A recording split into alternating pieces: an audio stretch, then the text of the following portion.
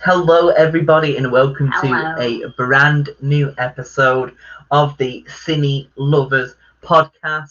Woo! I'm Jamie, and as always, I am joined with my lover, Mercedes. Cinelovers. Exactly.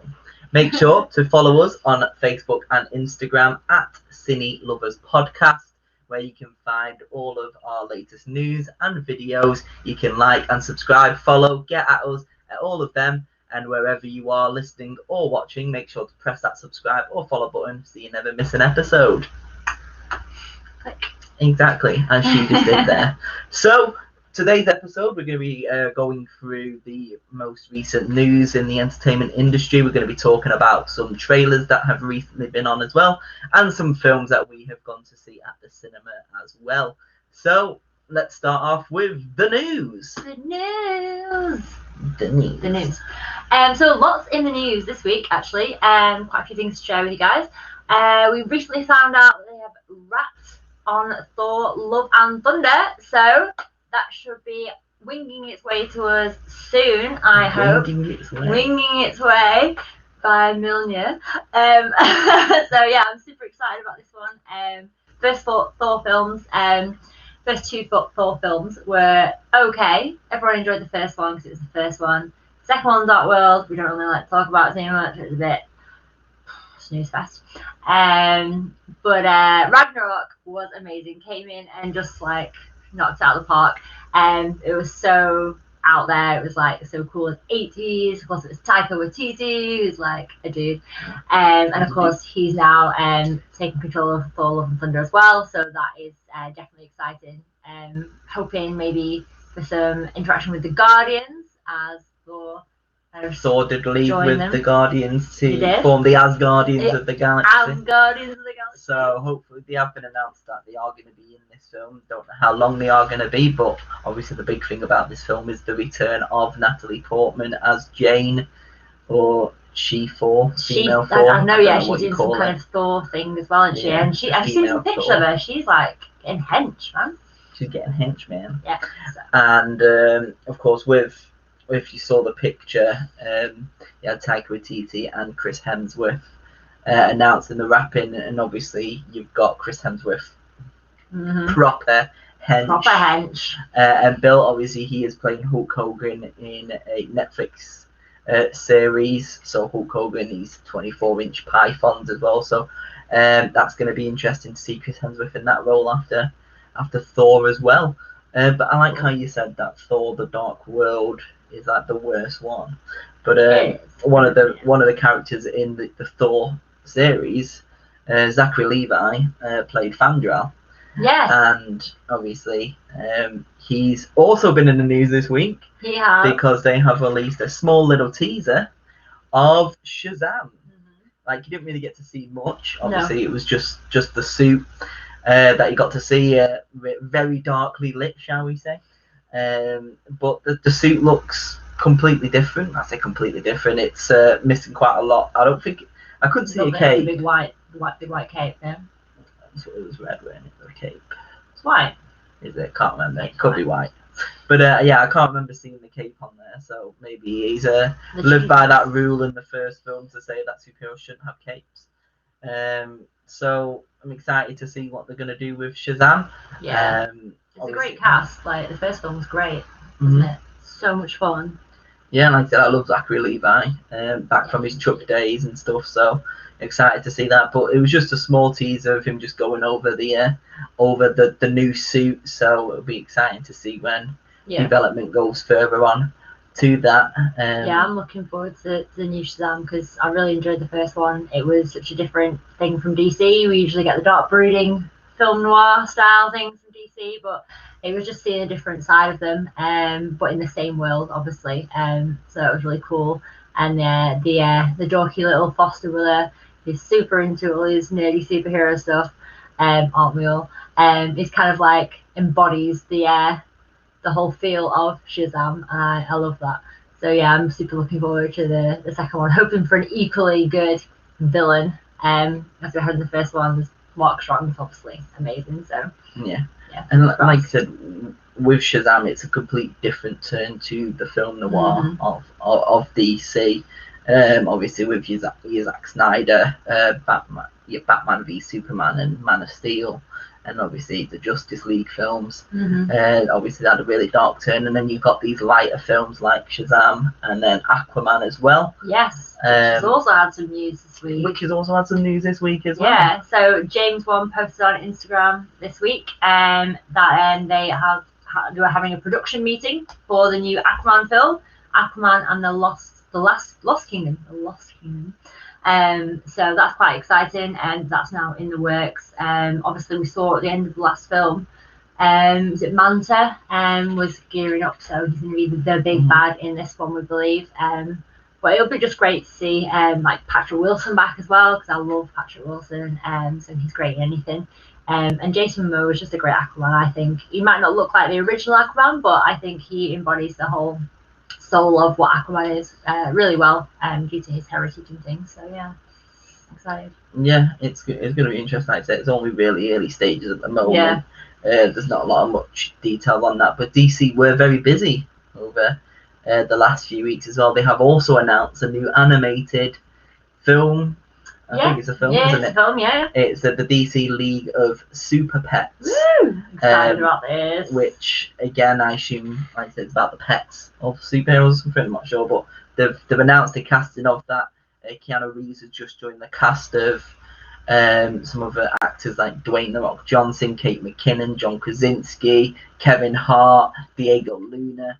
So there's a lot of mainstream big Hollywood actors within this DC League of Super Pets film. I'm not sure a lot of information about it. No, I'm not sure what the premise is. I don't think it's going to be pets of superheroes. I think they are just like super animals. They are super pets. Yeah, super. Where's the Superman with a little dog thing?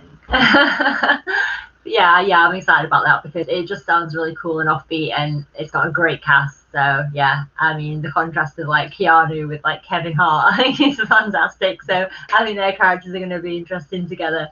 That's for sure. So yeah, I'm excited about that. Definitely. Yeah. So that's it from DC. But we've also had some news from the Jurassic World series. Big, quite cool news actually. They've released their first poster, and that there's going to be an extended preview of Jurassic World Dominion at the beginning of Fast 9 if you go to see it at IMAX. So, I mean, I'm not really a massive Fast and the Furious fan, but I think I might be tempted to go and see that at IMAX just to see that sneak peek. You're going to go all the way to Manchester just to watch a sneak peek of Jurassic World. I don't want everybody else knowing about Jurassic World Dominion and what's happening. They'll release it on YouTube in a few months. Yeah, but everyone will know before me, and we've got to give these guys the heads up. So I think it's worth it. Plus, I'd sit and watch all the Fast and Furious films beforehand, like go and enjoy the film. You've got I've seen the first one. You've watched the first one and Hobbs and Shaw, if that counts, because that's kind of a spin-off. It doesn't count really, but it's. I haven't seen Fast 8, so technically, what I mean. Well, we should. We're probably going to watch them together, aren't we? But I only need to watch Fast 8. Well, there's the mission before before Fast 9 comes out. Sorry. Which is next month. Oh. Dexter can take a back seat for now. Oh, Ninja, please. But yeah, no, it's exciting. The poster, as you guys can see when I do insert it here, it's the classic mosquito sitting on some kind of dino's skin on his back, with a lovely sunset in the background, which kind of symbolises the amber at the beginning of the first film. And the tagline, I believe, was "It all starts here," or "It all started here." It all started here, or like something like that. Go back to the first film, isn't it? So, so it's going to be interesting if there is going to be some aspect with the original mosquito amber thing. Plus, the main thing about Jurassic World Dominion is you have the Holy Trinity in the film, and that is Sam Neill, Dr. Alan Grant, Laura Dern, Dr. Ellie Sadler, and Jeff Goldblum, Dr. Ian Malcolm. So, I mean, it's worth it just for that.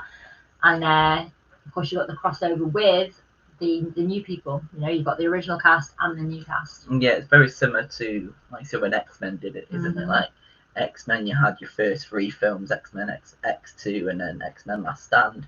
And then you had First Class, Days of Future Past, and Apocalypse.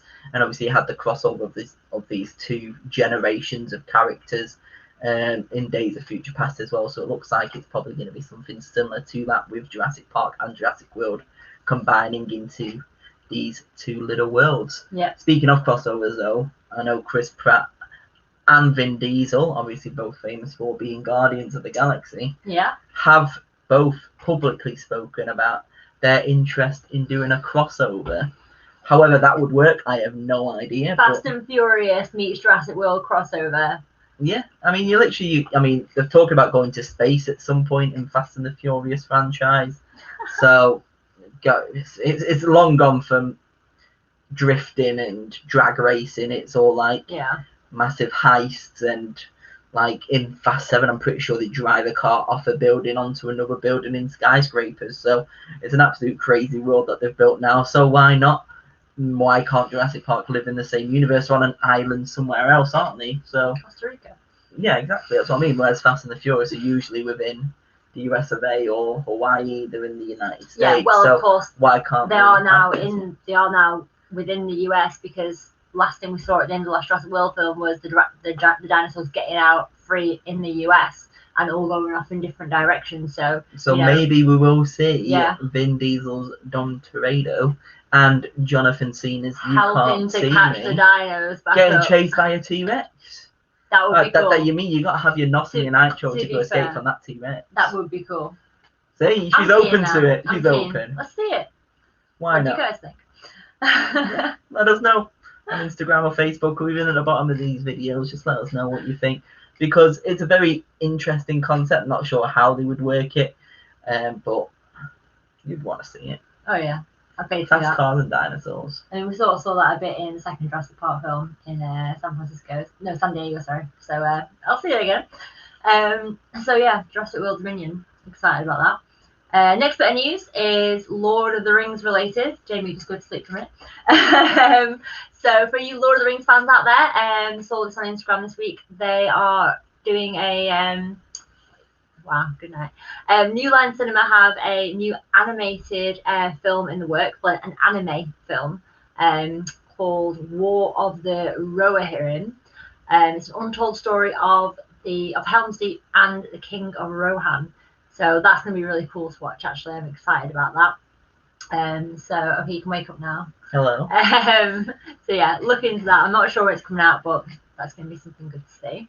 And final bit of news is something that we're very excited about. And if you're a fan of The Boys, or indeed a fan of Supernatural, or just Jensen Ackles in general, you'll be excited too. So The Boys is a great show on Amazon, and they announced for season 3 they are having a new member to the cast, which we've known for a while. And recently we got a full character reveal of this character. So this character is Soldier Boy. Yeah, he's appearing here now next to us. It's Soldier Boy, played by Jensen Ackles, who is obviously famous from being Dean Winchester in Supernatural. And he looks good. The outfit looks amazing. I'm excited. Yeah, I know you weren't very happy about it when he first joined the Boys, and he's big and scruffy looking with the great big bushy beard and the long hair and stuff. So he's shaved now. He looks a little bit better. He's more polished, and I think maybe, I'm not sure about the backstory of Soldier Boy in the comics, but maybe that's kind of like his thing. Like they've done all of his backstory of maybe being homeless or trouble with war or something, and then he's captive. I mean, like Oliver Queen when he was trapped on Lian now, however you want to call it. Lian Yu, there you go. Yeah. And then obviously he had the big long hair and beard and stuff, didn't he? So maybe Soldier Boy's going through a similar thing with that. And then obviously then becomes Soldier Boy, as you can see him. Yeah, well, the outfit looks very like Captain America meets Arrow kind of thing. You know, it's very green, which is my favorite color, so it's nice. So yeah, no, I think he's going to be a really cool addition to the Boys team. Whether he's going to be a good character or a bad character, we don't know, because obviously, if you're a fan of the Boys, you know it's a very morally ambiguous show. It's about superheroes. And portraying them as real people with flaws, a lot of flaws, some of them, and how difficult it is to be a superhero. You know, if you are trying to be a good person as well. So it's a really cool show. If you've not checked it out, definitely do so on Amazon Prime. Keith Urban's in it. Keith Urban. Not Keith Urban. Keith Urban. What's he called? Carl Urban. Carl Urban's in it. The guy from Star Trek. Yes. Oh, amazing. And Dread. And Lord of the Rings. Carl Urban's in it, along with Erin Moriarty, Jack Quaid. Yes, Jack Quaid is what I was going for, who is obviously the love child, son of Dennis Quaid and Meg Ryan. And yeah, Jack's really cool. Yeah, it's got a great cast generally. It's interesting show, but it is really, really fun. Yeah, I think the most interesting thing for me is obviously Supernatural, that was on TV for 15 years, 15 seasons of TV. And obviously Jensen Ackles and Jared Padalecki have gone their own way, but they've both found themselves back into TV. Like Jared Padalecki has gone on to Walker, which is a remake of Walker Texas Ranger back in the day, which was a big franchise. And then obviously Jensen Ackles has joined The Boys, which is going into season 3, which is very successful, award-nominated TV show. Again, it's a franchise. It's a comic book adaptation. So I was quite interested, feeling like as soon as it finished, they both went straight back into TV. It's great for them. I mean, especially Jensen, I think, because Jared's doing the brave thing of starting a brand new show afresh, and it's something that's has already been done. It's a show that they're trying to reignite. And people are obviously going to compare it to the original, so it's quite brave of him to do that. But I've seen a few episodes. It's good. I enjoy it. It's not like gripping me. I'm not watching it constantly, but I do want to watch it eventually and finish watching it. But I think Jensen, this is going to be really good for his career because he's walking into an already successful show, and it looks like it's going to be a really cool, interesting role, and yeah, could really do well from it. So I'm excited for him. I'm proud of them both. Yeah. So that's it for this week's news. In the news. We are now going to move on to the trailers that have recently been released online. So there's been a few trailers that have come out. The first one for me would be Dear Evan Hansen. As a big musicals fan, this one it's a bit strange. So Dear Evan Hansen was a stage show on Broadway, and it's come to the West End now as well. I had tickets to go see it on the West End, and then COVID hit, and then obviously I never got to see it. It does reopen in September, so hopefully we will get to go and see it at some point there. I know Sam Tutty plays the role, has won awards for it, but it was a role originated by Ben Platt, who played Benji in the Pitch Perfect films. He was on the Netflix show The Politician. So he's actually reprising his role in the movie adaptation of Dear Evan Hansen. And Dear Evan Hansen is about a 16-year-old teenager in high school. So Ben Platt's in his 30s. So it's a bit of a strange one. I mean, I want to see Ben Platt in the role anyway. I never got to see it on Broadway, as we live in the UK, and obviously Ben Platt does the voice on the soundtrack. He obviously plays Dear Evan Hansen on the original Broadway soundtrack, so I'm used to some of his songs on there. I didn't really know a lot about the story because I don't listen to the soundtrack. I don't like listening to soundtracks when they come out, so I think it ruins the story, so I like to go in fresh. I listen to about one or two maybe, because you can't really not listen to them.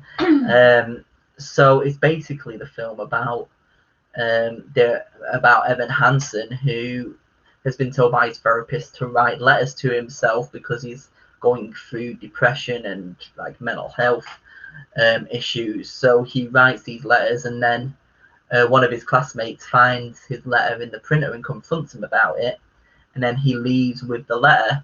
That night he commits suicide, and his parents find this letter on their son, which obviously starts with the words Dear Evan Hansen, because he has to write these letters to himself.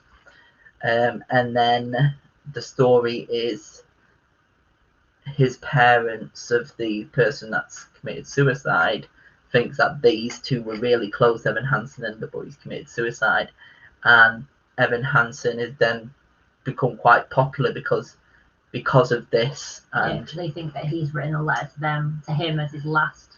Like it's his last words. Like, exactly. So Evan Hansen spoke at his wake and basically told a bunch of lies about knowing him, and it went viral, and he became quite famous for it.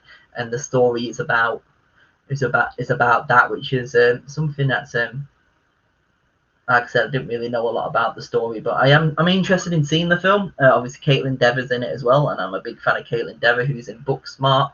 Yeah, she's cool. So I'm looking forward to the film. I can suspend my belief that Ben Platt is a high school student. I mean, if that's the only thing I have to do, that's fine. The cast is also pretty good as well. I know there's some additional supporting characters in there as well, quite big names. So I am looking forward to the film. The trailer had, I can't remember what song it was now that was in there, but it was a really good song. I Will Be Found. You Will Be Found. Yeah. Yeah, which is obviously one of the most famous songs from the film. And I am looking forward to it. Like I said, getting to see Ben Platt in this film. And this year we are going to have a lot of musicals over the next 12 to 24 months with adaptations from stage shows.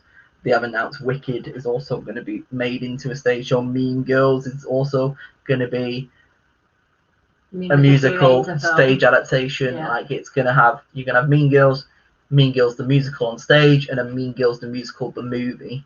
So they are making a movie adaptation of the musical. So there are a lot of stage show musicals being made at this moment in time. I'm not complaining because they are great. So, but yeah, the first one for me, Dare Evan Hansen. Yeah, I mean, I was a bit annoyed when the trailer came out because, like you say, you don't know the story of the show until you go and see it, and then the trailer came out and told us the whole story of the film and the show, and it kind of shows you most of the film as well. I was just like, that's annoying, but yeah, it does look fun. The challenge is the fact that you'd really, really, truly want to see the show before you saw the film, and now it looks like it's probably going to end up being the other way around. But we'll just see. We'll see how it goes.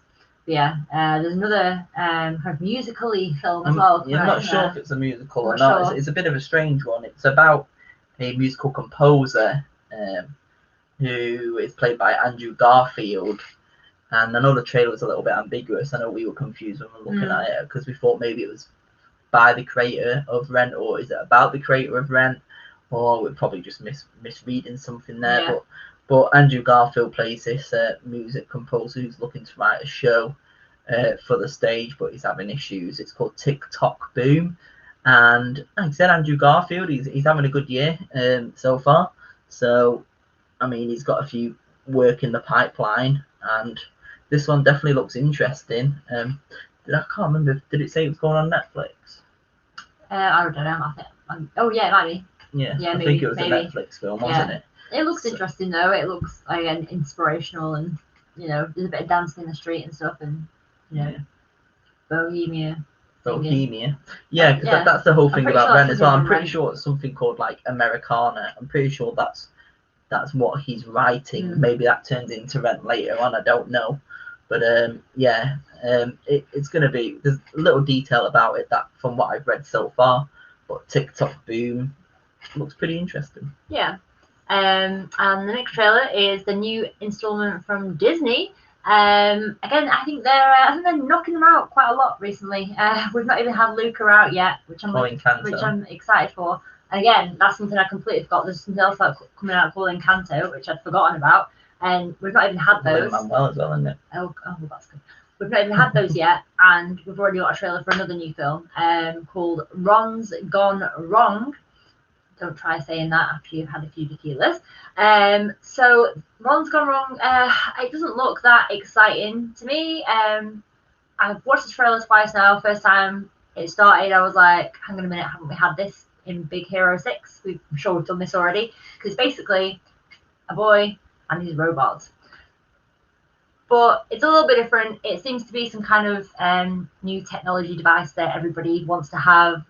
It's kind of like a pet best friend that's also like your phone / internet thing, like kind of maybe a Furby meets an iPad, that kind of thing.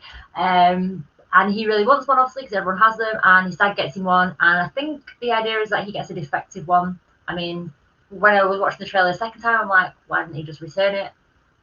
I guess we'd have no film. Yeah, it's going to be interesting to see. I'm sure it'll take the journey of, oh, this thing's annoying me. Oh, hang on a minute, it's calling me its best friend. Oh, it'll save me or I'll save it by the end of it. And we'll all be heartwarming because it's special. Yeah. So yeah, I mean, it looks okay. Not that excited about it. But we were discussing the cast yesterday. Zach Galifianakis plays the role of Ron. Yeah. The young boy. Ron is the device thing. You've got the little boy who is from Shazam and It, who plays Eddie. I love that kid. I loved him both Shazam and in It. Eddie was my favourite character in it. So those are the things that are exciting me about it. It's got a good cast, so we'll see. It may turn out to be a classic. It could be. Again, did it say, was it Pixar or Disney animated classic? I'm not sure, actually. I'm not sure. I didn't look. But yeah, so go check out the trailer now. See what you guys think. Ron's gone wrong. But the trailer I'm most excited about is Masters of the Universe Revelation. I forgot what it's called then. I couldn't remember right. I am excited about it. So I don't know if I even watched that much He-Man as a kid. I just remember it being around. I think I probably did watch the odd episode along with all the other great 80s, 90s epic TV shows that we had. But because I think it was more 80s and I was born in 88, I probably just missed the big hype of it. But I know it's always been there, and I've always known that it's something that I would love. I recently watched the documentary about He-Man on Netflix, which I definitely recommend checking out if you are a He-Man fan or just a great 80s, 90s kid. Then definitely check it out. It's good fun, nice nostalgia trip. And it made me kind of really want to watch the show, and She-Ra as well. And then just last week, I saw this trailer announced for Masters of the Universe Revelation, and a few things that are great about it. It's Kevin Smith that's made it, which is so exciting. And I think it's actually a TV show as well. It's not film, it's a TV show, and it's on Netflix, so it's going to be nice, easily accessible. Kevin Smith's amazing. Everything he touches just turns to gold. So yeah, super excited about that. But watch the trailer. Oh my god, you're halfway through the trailer and suddenly Bonnie Tyler's "I Need a Hero" kicks in, and you're like, oh my god, this is amazing. And it is just, it's 80s anyway. It's 80s and amazing anyway because it's He-Man, and then that comes in, and it's just so colourful and vibrant and epic fun. I think it looks like. So yeah, I'm excited about watching it. So yeah, He-Man, Masters of the Universe Revelation. Check it out. Yeah, I think there has been a few other trailers that have been released on YouTube as well, but didn't really grab my attention. There could be something that's a dark horse out there. I don't know, but that's all the trailers that. Let us know if there's anything you're excited about. Yeah, that's what we're excited about. Yeah, like I said, we spend most of our nights just scrolling YouTube. I do anyway. And you're forced to scroll through YouTube with me. There's trailers, put on random stuff. But yeah. But that's it for the trailers. We'll hopefully have some more for you on the next episode. But we want to talk to you now about stuff that we have watched. Yes. We have been to the cinema. We have had some special screenings of some films. So the first film, very lucky. The first film that we went to go see was A Quiet Place Part 2. But what's special about this screening was we went to go see it as much as the UK as well. On this day, they did a special live Q&A with John Krasinski, which was hosted by Edgar Wright. And this was broadcast across the UK in all different cinemas if you went during this showing. So we put off watching it so we were going to go nearly a week earlier. A week, yes. Yeah. Because I think the week before they did the double bill of Quiet Place and Quiet Place 2, we were going to go see that. Yeah. But we're like, we'll wait. They've announced this Q&A. It's interesting. It's something that we haven't done before. Yeah. And it was great. Like I said, after the film, they talked about the film, Edgar Wright. He was very excited. He was very excited. It was really fun. So hopefully Odeon and other cinemas will continue to do this more because I think there was a demand for it. Yeah. Our cinema wasn't packed. I don't think it's a big thing in Blackpool, but there are film lovers out there that do want this, and the cinema was packed in London when it did pan over to the audience. So there is definitely an audience for that. But the film, in general, I think it's I preferred this over the first film. I think it was really, really good. So it was very interesting the way that they did it, because to me it felt a little bit like A Quiet Place, like The Last of Us.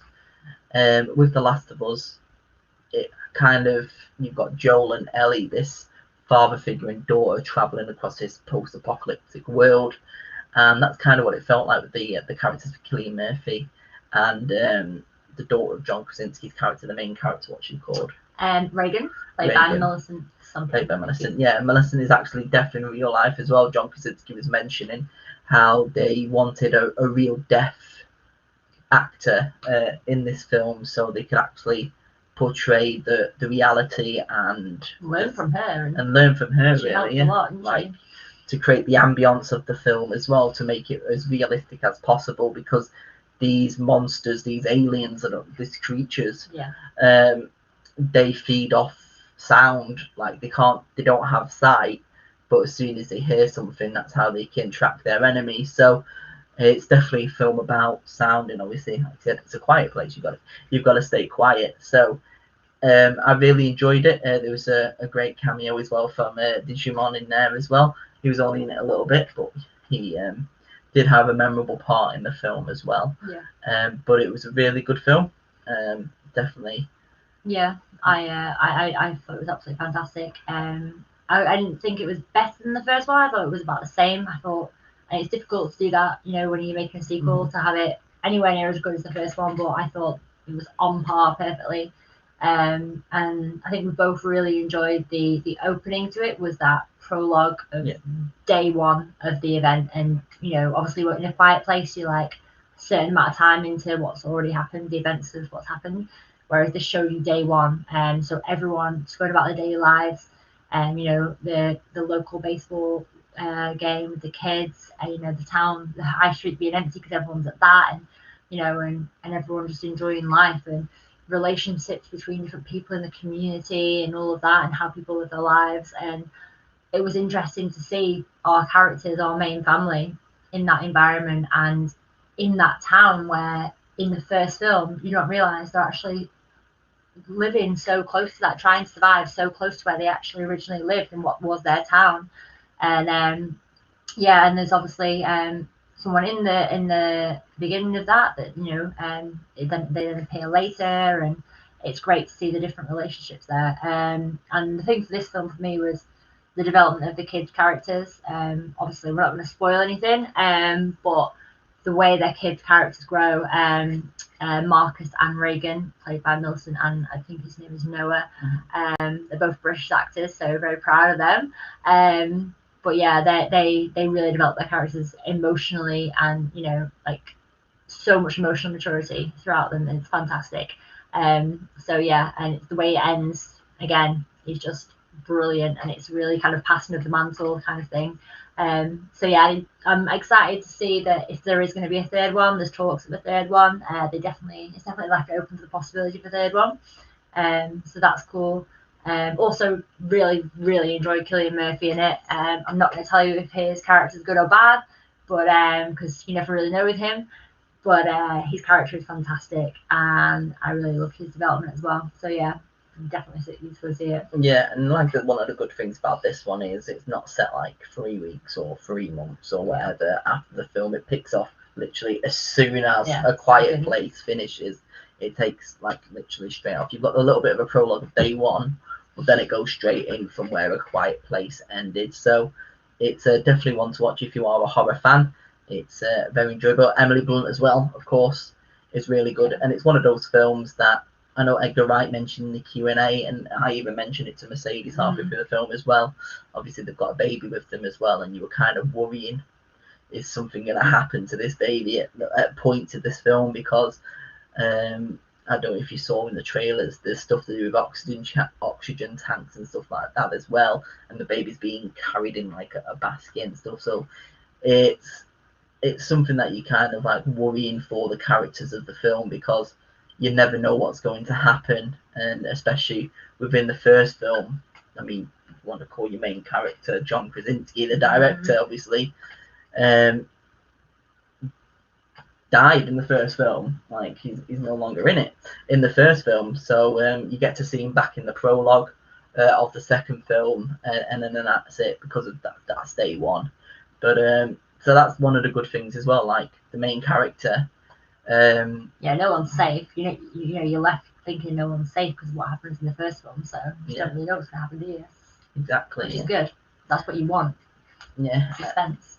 Yeah, and then we got to go to the cinema for an exclusive Odeon Limitless screening of the new John M. Chu movie.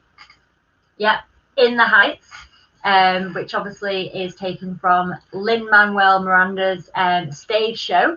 Obviously, the dude is mainly known for Hamilton. That's how he got his big break. Hamilton's huge now around the world. I'm not a massive fan of it, I'm not going to lie. We haven't been to see the show on stage. I'd probably enjoy it more, A, on stage, and B, second time round. But we did watch it on Disney Plus during lockdown along with everybody else. I think it was just because I didn't expect it to be like it was. I didn't know it was going to be all rap and things, and I was just a bit taken aback. But it was good. It just, I think I need to watch it again.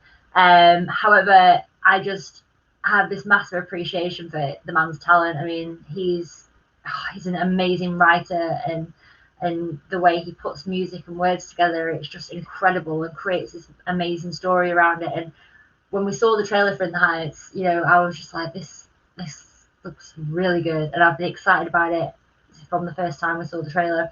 So when we got this opportunity to go and see this exclusive viewing a week before it actually comes out, it's not actually out until Friday the 18th. Over here in the UK anyway. It is out in the US of A right now, in select cinemas and on HBO Max. So any of our overseas listeners, you can watch it on HBO Max now. But yeah, so I was like, yes, let's go straight away. So it was nice because there was only a few people there, because there's only a certain amount of people in this town that are on Limitless membership at Odeon. But thank you, Odeon, for giving us this opportunity. Oh my god, from the second it started, I was just like, I need to come and see this again next week and the week after and the week after, because it was just absolutely incredible. The cast are amazing. Anthony Ramos, who plays the lead character, and the two main girls in it, and the guy that plays Benny, they're amazing. The kid that plays Sunny, the cousin, the grandma character, well, the lady that plays kind of the adopted grandma to everybody, she's amazing. The supporting characters are amazing. The three girls in the salon, just everyone is just on fire in that film. There are so many like great ensemble dance moments. The choreography is incredible. Like, that dude that did that choreography, oh my god, mate. Oscar, are we holding down Oscars for choreography? Like, there just needs, I don't know, this film, it finished, I was like, give it the best picture, because for me, nothing can beat that this year, and you all need to get out there and see it. It's set in Washington Heights in New York, which is further up the north end of Manhattan. And it's what you love about New York. It's all this different culture that in all these different areas of New York that makes New York what it is. And it's this little Dominion Republic area that all the people that originate from the Caribbean live, and they just, the culture there is beautiful and colourful, and the film's so good. It is very, very good. And like I said, it was from Lin-Manuel Miranda. It's where he first got really big in the US. He did his stage show of that, and then went on to do Hamilton, and then got worldwide success. And obviously he has then gone on to do a film of Hamilton, filming of the stage show, Mary Poppins Returns, and now he is in this film, not playing Usnavi as he did in the stage show, but he is playing an additional character in this film, which again he's fun and has a great time in the film as well. It was a really enjoyable film. John M. Chu directed Crazy Rich Asians. He's directing this film as well, and like I said, it's just a brilliant movie. He is going on to direct Wicked, the stage adaptation as well. So I'm excited to see what he's going to do with that after the success of this film as well. For anyone that likes to read reviews or anything, it's currently rated at 96% on Rotten Tomatoes, freshly certified.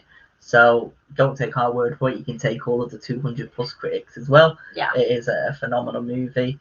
For any fans of Brooklyn Nine-Nine, Stephanie Beatriz, who plays Rosa Diaz, she's also in this film as well, playing one of the salon girls, and she's just amazing. Something that you don't really see her as this straight character that she is in Brooklyn Nine-Nine. She's completely different in this film, playing this comedy role.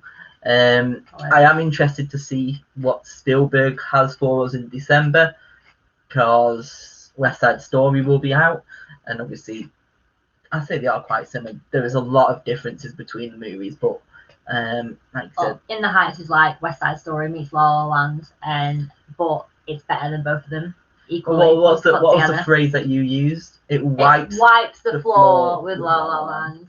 Seriously, I love La La Land, don't get me wrong, but this film is incredible. The soundtrack, I cannot get it out of my head. I need to go and buy it on CD, on LP. Give me the cassette, goddammit! So yeah. It does like the floor. And for anyone that does want to listen to the soundtrack, that is available on Spotify as well. But go see the film first. Listen to a couple of songs and then go see the film. And just dance in your seat the whole way through as I did. I swear the people behind us must have been like laughing at me because I was just like the whole way through it. Yeah. It was great. But obviously we're going to go see that on a special screening on Friday. However, before then, they've always said now that Wednesdays are the new Fridays, and that is because of the new Disney Plus MCU TV show Loki, the God of Mischief. God of that cheeky mischievous. The cheeky mischievous little thing. So the character of Loki has got his own new mini-series of 6 episodes, I believe. Well deserved. Also starring Owen Wilson. Wow. And it basically picks off from where you saw the character in Avengers Endgame. He had the Tesseract and disappeared from 2012, which was during the time of Avengers Assemble, and then he just disappeared for the rest of Endgame. And this picks up straight from where he disappeared, and then he's picked up by the TVA, the Time Variant Alliance, and they basically explain what they do, that they control time and the timelines and stuff. And there's a lot of nods to the multiverse and the word madness. Yeah, so madness is used. Which is exciting. So you can definitely see that Loki, I know Kevin Feige has also mentioned that this film will have a massive impact on the future of Marvel and Phase 4. Obviously, they've introduced the multiverse. They've like slight nods to it when they were explaining how the timelines work and these different variances that they can make and different multiverses that they can make. So the next big film after you've got Black Widow, Shang-Chi, we should have had Black Widow last year, though. But then you've got obviously Doctor Strange and the Multiverse of Madness next year. You've got Spider-Man No Way Home, which have strongly linked to the multiverse as well. Not fully confirmed yet, but they have announced Electro from Amazing Spider-Man 2. The Andrew Garfield film, played by Jamie Foxx, will be in it. And Alfred Molina, who played Doc Ock from Spider-Man 2, the Tobey Maguire movies, is also announced for this film as well. There have been strong rumours that Tobey Maguire and Andrew Garfield will reprise their roles as Peter Parker and Spider-Man, but that hasn't been confirmed yet. Exciting. And recent reports have said Willem Dafoe would also return as the greatest villain in all comic book history, the Green Goblin. So who knows what is going to happen, but like I said, with all these different multiverses and different timelines, anything can happen. And like we said, Loki, it's only had episode 1 so far, but you can definitely see what they're doing and what they're going for in the future of the MCU. But the episode overall, it was good. I mean, it was a strong opener in like explaining what's going to be happening and everything. It wasn't like too exciting, but I'm sure like it will lift off as the episodes go on, just like WandaVision and Falcon and Winter Soldier did, to be honest. They were slow burns at first. But yeah, I'm excited about it. Definitely you guys need to watch it if you've not seen it yet. It's an emotional roller coaster of its own in one episode for poor Loki. But yeah, I'm just excited about seeing Owen Wilson. It's just such a cool dude anyway, and seeing him working alongside Tom Hiddleston in this kind of a film, TV show, sorry, is going to be really cool. Like you were saying, you know, I'm excited about what it means for the multiverse and everything.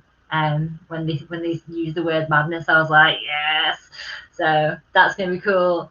And yeah, the idea that, like we were saying about Willem Dafoe coming back and all the people from all the Spider-Man films, that is just, it's just like a nerd's like dream, isn't it? You know, it's just, I love stuff like that. The thing, what was interesting though, watching the episode was the similarities to DC's Legends of Tomorrow, with obviously they have the Time Bureau going around and fixing anachronisms, and that's pretty much exactly what this group were doing. They just had a different name, but they were calling them variants, and they had a different name for their organization. But it's the same thing. But again, it's that classic Marvel DC thing of like they have very, you know, mirroring characters and things in it. So it's just the way it is.